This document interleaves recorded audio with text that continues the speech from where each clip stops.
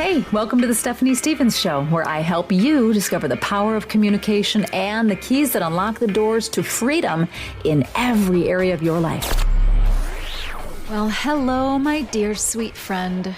Always so nice to spend time with you. Thank you for allowing me into your day and whatever you're doing right now in this moment of time that you have set aside for me to be in the background and for you to be in the foreground, listening and learning and growing and sharing together. Totally amazing. Thank you, thank you, thank you. I'm Stephanie Stevens. This is the Stephanie Stevens Show podcast, and we talk about lots of stuff, particularly communication and how to enhance and tap into your unique you, and then learning how to and expanding on expressing your unique you. Because if you can find new and innovative ways to communicate everything from your thoughts, your feelings, your ideas, your creativity, and your influence, those will be the keys that will unlock the doors to freedom in just about every area of your life. So, with that, I want to talk today about the 6 human needs and also how to hack a return on your investment, as it were.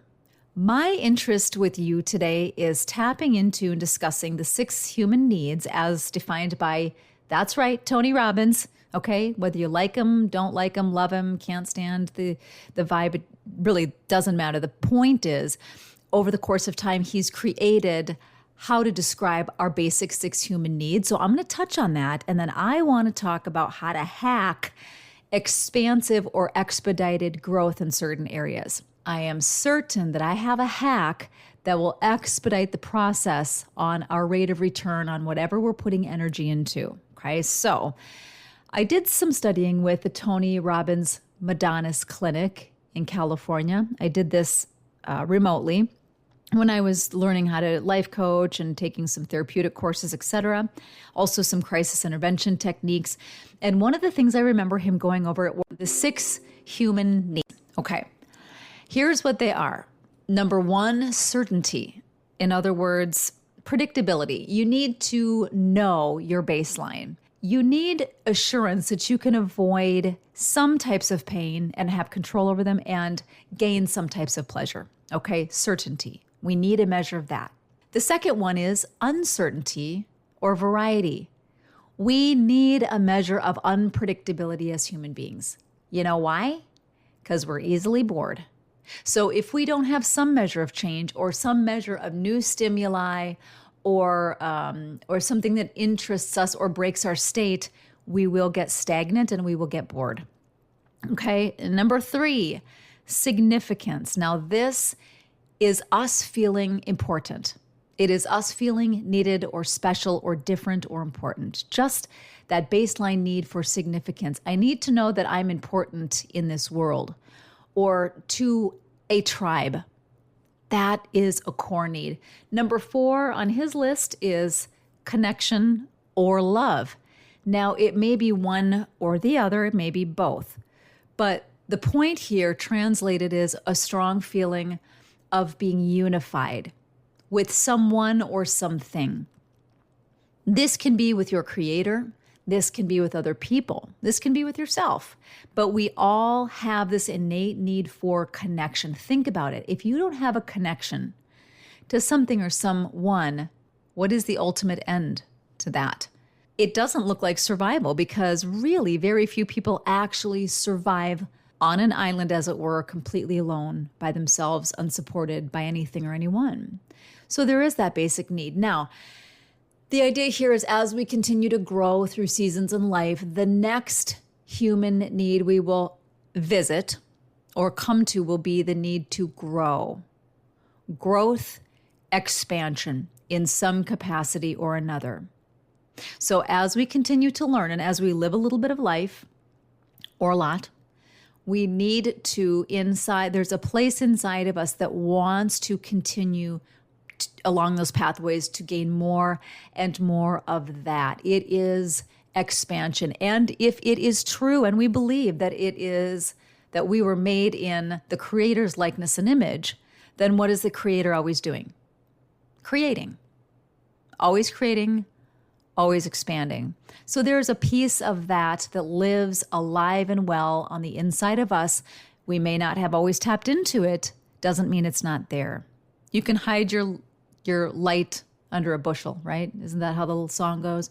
You can hide that light. You can suppress it. You can depress it. You can numb it with drugs, with vision, with content, with substances. You can numb or dim the light, but it is still there.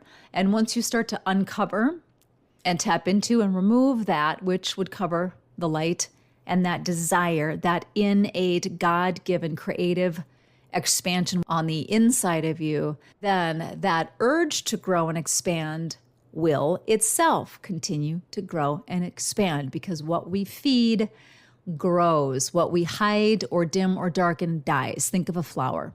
Flower doesn't get any water or sunlight. The flower is going to what? Shrivel up and die. So the same is true with whatever it is on the inside of us that is that life force, that is that source of creativity. We have to continue to feed and water and nurture that so it continues to expand and grow. And as it does, everything around you will also, in like kind, continue to expand and grow. Okay, so that's number 5. Number 6, and this is supposedly the pinnacle as you move through the seasons of life. The pinnacle is after you have done the growth, now you give back. Now is the contribution. Now we need to achieve that sense of service. Now we start to focus our attention on helping, giving, and supporting to others because we have realized and achieved our goals or hit those pinnacle moments of our own. Now we must, there's something on the inside of us that must contribute and give back. So the 6 basic human needs are: number 1, certainty; number 2, uncertainty or variety; 3, a sense of significance; 4, connection and love; 5, growth and expansion of capacity; and then 6, contribution. That's where everything comes full circle. We have received in like kind. Now it is a joy to turn around and give. We impart, we give, we gift. We move into that space so that others can follow in like kind, follow the pattern. They can achieve those senses of certainty and variety and significance and love and connection, and they can grow. And then as they grow and expand, so on and so on, they will want to give back and contribute.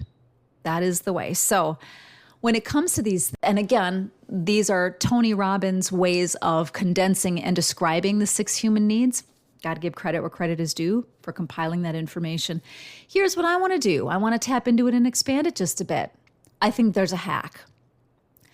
I think that no matter where you are in your growth, no matter what age you are, as you start to understand this pattern and cycle of life, and as we live it and navigate us as spiritual beings having this human experience, if we can take number 6, which is contribution, which is supposed to be really the last kind of pinnacle that you meet, if you can move that up to the front, your life is going to change significantly. Because here is the reality. The contribution that we have to offer does not always have to look like Federal Reserve notes, AKA dollar bills. They don't. It can look like prayer, love, encouragement, advice when asked, time, silence, a shoulder to cry on, creating space. I will never forget, as I was struggling financially, and again, being a single mom most of my parenting years with my children, and I've been parenting now for over 27 years, I will never forget feeling such a sense of need. I mean, so bad it hurt. It hurt. Feeling so sad and so confined because I could not offer my children and my family what I wanted to, what I knew they deserved, what I knew they were worthy of, so badly wanting to provide more expansive experiences and spaces to live in and things to do and places to go. It hurt on the inside. And when I felt that, I felt boxed in. I felt as though an elephant was sitting on my chest. I felt trapped. It didn't feel right. It didn't feel right. And I do remember that even in those times, some of the principles that I had learned as a child, I had family members that were really good at reminding us that it was so important to give to others in certain ways. My father always taught us that it was always important to give, and that came into the teaching of the tithe with the church, And my mother always was very generous and loved to give gifts when she could, and that brought her joy. So we had that growing up, even though we were, very separate households, very different ideals. The reality was there was that sense inside of me that even if I didn't have what I wanted to give, which at the time would have been money, it was important to give what I could. It was not going to serve me to focus on the pain of what I could not give and could not do in that moment in time. What was going to serve me was focusing on what I could do, was tapping into and recognizing and then stepping into what I could do at that time. And I do remember coming across people in need. And even though I was in need at the time, I will never forget one particular circumstance was concerning another single mom. She only had one child at the time, but she was really, really struggling. And she had some significant traumatic background issues that she was wrestling with, and it was difficult for her to parent. And I remember that she was in a desperate place and she did not have groceries, and she was simply asking for food. She was simply asking for food. And I remember running some errands and stopping by the grocery store, and I remember picking up a gift certificate for food for her and her son. And I remember thinking to myself, I would like to do this on a much broader scale. And yet there's something sacred about this right here and right now. There's something sacred about my Creator seeing my heart and my intention in this gift. And I give it in that spirit. I give it in the spirit of knowing I wish I could do more, and also praying that God would expand and multiply what I am able to give.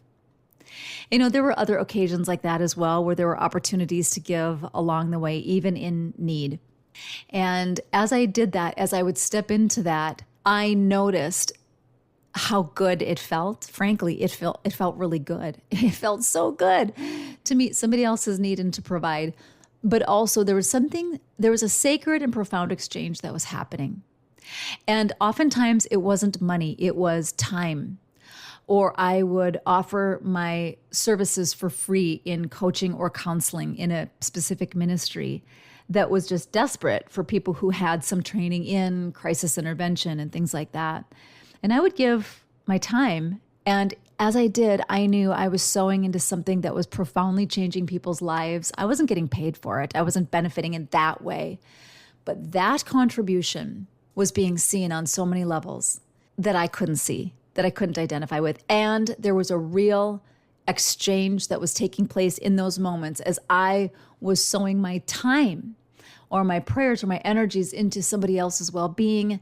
And so my hack for you today, my dear friend, is as you move through the different seasons in life, no matter where you find yourself, there will absolutely be occasions for you to contribute. There will be occasions for you to slide from number one, that need for certainty and security, into the number 6, that contribution. Okay, so you can hold them both, one in each hand. You can be in a space of needing a little more security or predictability or certainty in your life. You can be there in your left hand, and then in your right hand, you can hold something that you have inside of you that is a gift that's been given to you, and you can offer that to someone.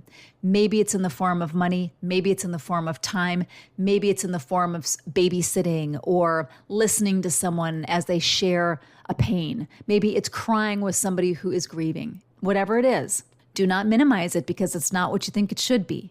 Value it for what it is right here and right now. And that is a beautiful thing. And I do believe what happens when we do this, when we make the agreement to contribute in real time what we do have and focus on what we do have, that expedites the processes of us then opening up to receiving more, and our own borders and territories expanding, and our own spheres of influence expanding and opening up and widening.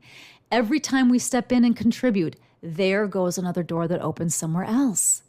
It's amazing.